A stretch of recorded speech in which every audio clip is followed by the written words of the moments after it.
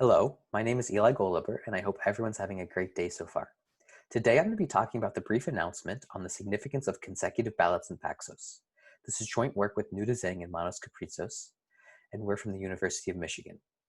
The goal and contribution of this research is to help provide a deeper theoretical understanding concerning the fundamentals of Paxos. Paxos, as we know, is one of the most important distributed protocols and is often used as a core building block in many real systems. Even after 20 plus years since the original publication of Paxos, and over 70 Paxos-related publications later, there still lies this fundamental misconception concerning the assumptions that make Paxos safe. And these assumptions are carried on in the family of Paxos-based protocols.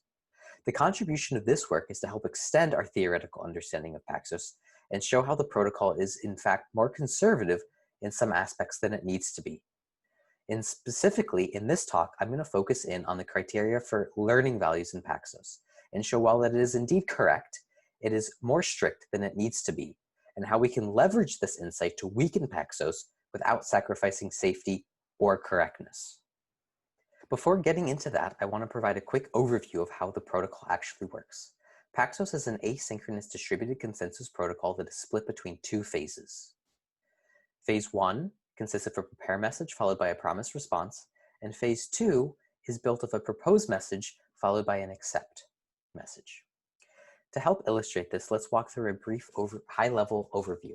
In this case, we have one proposer, 3 acceptors, and a single learner. The proposer initiates the protocol by sending a prepare message for a specific ballot, and upon receiving a valid prepare message, the acceptor can respond with a promise message. And the promise message contains information concerning any value that those acceptors have previously accepted. The proposer waits for a full majority quorum of promise messages before learning what value is safe to propose, and can then propose a value to the acceptors in the system. The acceptors, upon receiving a valid proposed message, can then accept that value by sending an accept message to the learner in the system. As I mentioned previously, in this talk, we're going to focus in on the criterion for learning values, so we're going to focus on this aspect of the protocol. The criteria for learning values is directly linked to the safety property of Paxos. The safety property says that no two different values can be learned. It should be intuitive that the criterion for how values are learned directly maintains this property. Let's investigate more closely how values are actually safely learned from the perspective of the learner. In this case, our learner has received accept messages from acceptors C and D for the value X in ballot 9, but it has yet to receive any information from any of the other acceptors in the system. This does not preclude those acceptors from having accepted a value. Our learner just hasn't received that information yet. And this could be due to asynchrony or packet loss. Now, a learner is safe to learn a value once it has received a full majority quorum of matching accept messages. In this case, the value X is safe to learn because the learner has received a majority quorum, 3 out of 5, of matching accept messages for the same value X in the same ballot 9. And the reason why this is safe to learn is because any future proposer, before safely proposing a value, will gather a majority quorum of promise messages from the acceptors. And due to quorum intersection, at least one of the acceptors who participated in the quorum to safely learn the value X will also send a promise message to the future proposer. The future proposer, upon seeing this, will be limited to only proposing the value X. By only proposing the same value that has already been learned, we can maintain the safety property by ensuring that no two different values can be learned. Let's dive deeper and try to more fully understand how learning works with an example. Here we can ask the crucial question, is X safe to learn? And at first glance, it might appear as if the answer is yes. We have a full majority quorum of acceptors who've accepted the same value. However, the answer is no, because these acceptors have accepted the same value in different ballots. And the classical criterion for learning values says that a value is learned if and only if a majority of acceptors send matching accept messages for the same value in the same ballot. And to understand why this is the case and this works, let's take a broader view of our system.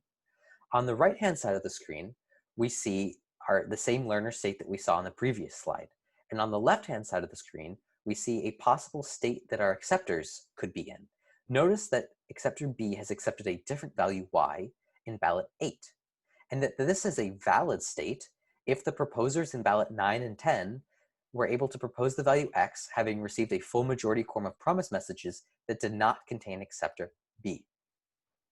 Now, if we were in this state and we had a future proposer, say proposer in ballot 11, who wants to propose a value, that proposer would wait for a full majority quorum of promise messages. And if that majority quorum consisted of acceptors A, B, and E, that proposer would be able to safely propose the value y. And this could lead to a state that looks something like this. This state of our learner, from our learner's perspective, would clearly satisfy our criterion for learning values, and our learner would be able to safely learn the value y. If our learner had learned the value x previously, this would directly violate the safety property having learned two values, x and y. This right here is why the criterion for learning values is able to maintain safety. But what if we change our example to this, where we have a majority quorum of acceptors who have accepted the same value, but in these different ballots? Now, it might seem evident, having walked through that previous example, that the answer is clearly no. But, in fact, x is safe to learn. This criteria for how values are learned is really thought to be the bedrock that grants Paxos its safety. And this assumption has largely been taken for granted, but we can revisit this assumption and show that it is indeed correct, but it is more conservative than it needs to be. And the reason is because we have a majority quorum of acceptors who've accepted the same value, but in consecutive ballots. There's no ballot between 8 and 9 and 10 where a different value could have been accepted or proposed. Furthermore, any future proposer who wants to propose a value will first gain a majority quorum of promise messages, which will intersect with this quorum, and that proposer will be limited to also be proposing the same value x, and this will maintain the safety property. With that in mind, we can weaken our criterion for learning a value to say that a value is learned if and only if a majority of acceptors send accept messages for the same value in consecutive ballots. And to that end, we can define consecutive quorums, where consecutive quorums will look very similar to our classical notion of quorums in Paxos, where we would still require a majority, cardinality, where if f equals 2, that would be 3 out of 5. And we would still require all of the acceptors in that majority quorum to have accepted the same value, but we can loosen the requirements about the ballots that those accept messages came from. In the case that f equals 2, we can have these possible examples. And mathematically speaking, these sets of consecutive ballots can be defined as a consecutive multiset. So all of below are various possible valid and invalid cases of consecutive multisets. Note that 446 is not a consecutive multiset because there exists a ballot 5 that is in between 4 and 6, where a different value could have been proposed or accepted. And in fact, we can also leverage the similar insight to weaken how values can be safely proposed in Paxos. Due to time limitations, I will defer most of the details of this to the paper.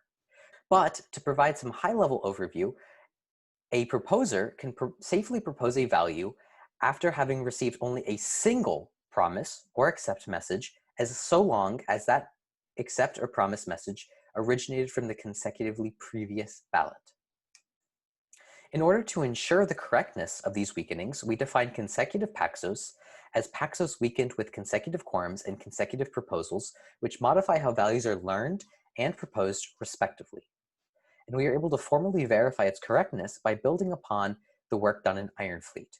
Ironfleet was able to ensure the correctness of a Paxos-based replicated state machine library, and we were similarly able to verify the correctness of consecutive Paxos by modifying the Paxos specification in this Ironfleet project with consecutive Paxos and able to formally verify the same properties as in Ironfleet, thus showing that consecutive Paxos maintains the safety property.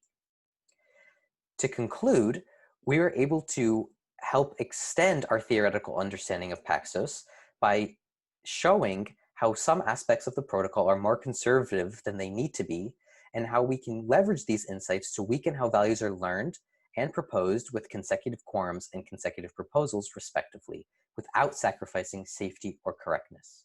And with that, I want to thank you for listening to this talk, and I would encourage you to reach out to continue this conversation or ask any questions if you have any, and I'd be happy to do that. Thank you again.